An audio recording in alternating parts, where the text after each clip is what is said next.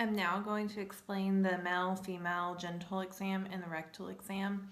Starting with the rectal exam, of course you want to make sure that you place gloves on your hands. You want to explain the procedure to the patient, and then you can have them assume a correct position, either side lying on the bed, or have them, especially if it's the male, stand over a table, bent over with their arms supported on the bed. Next, you want to spread the cheeks so that you can see the rectum, the anal opening, and have the patient bear down to expose any fistulas or internal hemorrhoids that may be apparent. Next, you want to explain to the patient that you're going to insert your finger, and that they may feel the need to have a bowel movement, but assure them that that's normal, and they won't. Place lube on your hands. Place the pad of your second finger on the outside of the anus, and have the patient bear down, gently inserting your finger into the rectum. Once inside the rectum, you want to have them squeeze the sphincter around the finger to test for anal tone, sphincter tone, and then they can relax. You want to rotate your finger around the inside walls of the rectum, noting any lumps or any hemorrhoids on the walls of the rectum. Next, you can do a 2-digit exam by pressing inward on the inserted finger and squeezing it with the thumb lightly, as to not cause any pain for the patient, to assess for like any perianal abscesses. After that, if it's a male, you can do your prostate exam at this point by feeling for the anterior wall of the rectum and pressing up against the posterior wall of the prostate, noting size, shape, contour, any asymmetrical areas. And before doing this, you may warn them that it may make them feel like they need to urinate, and that's normal, and they won't. After examining the prostate or completing the rectal exam, tell them that you're going to be removing your finger. Slowly remove the finger. Note any stool on the glove, or any presence of pus or blood. Note what color the stool is, and that's it. Wash your hands. For the male genital exam, having the male undressed, you want to notice any pubic hair distribution, that it's even and normal. Next, you want to examine the dorsal side of the penis, noting the dorsal vein, and any issues seen there. You'll start by noticing if they were circumcised. If they were circumcised, then you'll need to pull back the foreskin to expose the glands. And you may notice any smegma on the glands from underneath the foreskin.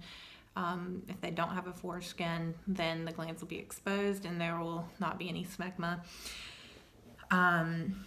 If unable to retract the foreskin, it could be due to previous infections when they were younger, or other issues. From there, you just want to note any inconsistencies, any warts, tears. Make sure that you note the shape and size of the urethral meatus, and you can open it by pressing the glands between your thumb and your index finger. Note any drainage, any rashes, or fissures around the urethral meatus. After that, you want to palpate the shaft, noting any lumps or inconsistencies. Inspect the scrotum. It will be darker than the rest of the skin. You want to inspect for any lumps in the scrotum, or any tears or rashes, warts, anything like that. You can have to inspect for hernias. You want to have the patient, while they're standing, bear down, and inspect the inguinal canal. Having the patient inserting your finger up between the scrotum, between the testes, along the vas deferens, into the inguinal canal. Then you want to palpate the testes with your thumb and first and second finger. Palpate the epididymis and the vas deferens. Evaluate for any. Then you want to evaluate the chromatic reflex by running your finger, or rather the blunt end of an exam object, up the inner thigh, noting that corresponding side, the scrotum and testes, will retract. And that should be it for the male exam. For the female exam, you'll most likely have them in the lithotomy position on the table. You want to make sure that you explain the exam completely before getting started.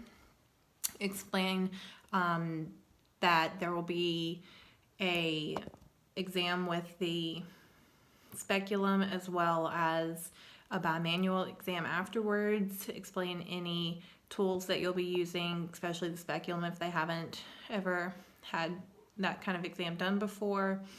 Of course, assuring their privacy as much as possible by having a sheet over as much of them as possible, up to the knees. With gloves on, you want to go ahead and put your hand on the patient's inner thigh, starting with a neutral move, and let them know that you're going to be there, and they'll feel you moving down. You want to spread the labia major, exposing the labia minor, noticing any warts, any trauma, scarring, rashes, noting any pubic hair distribution. You want to visualize the urethral opening, visualize the vaginal opening, visualize the clitoris, and making sure that everything looks normal. There's no discharge, no discolorations, and again, no scarring or other signs of trauma. After that, you'll change your gloves and prepare your speculum by lubricating it. Let the patient know that you will be inserting the speculum, and you can insert either horizontally or laterally, depending on preference. Insert it in. You want to visualize the cervix, noting the size, shape, contour, the consistency, color, and any discharge from the cervix, as well as the opening of the cervix. After visualizing the cervix and obtaining any swabs or tests that may be needed, you can remove the speculum.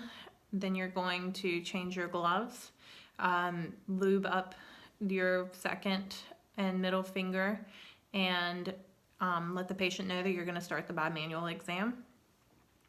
Insert the two fingers into the vaginal opening and palpate the walls of the vagina. You're going to feel for any inconsistencies, any lumps, any fissures, fistulas. You will,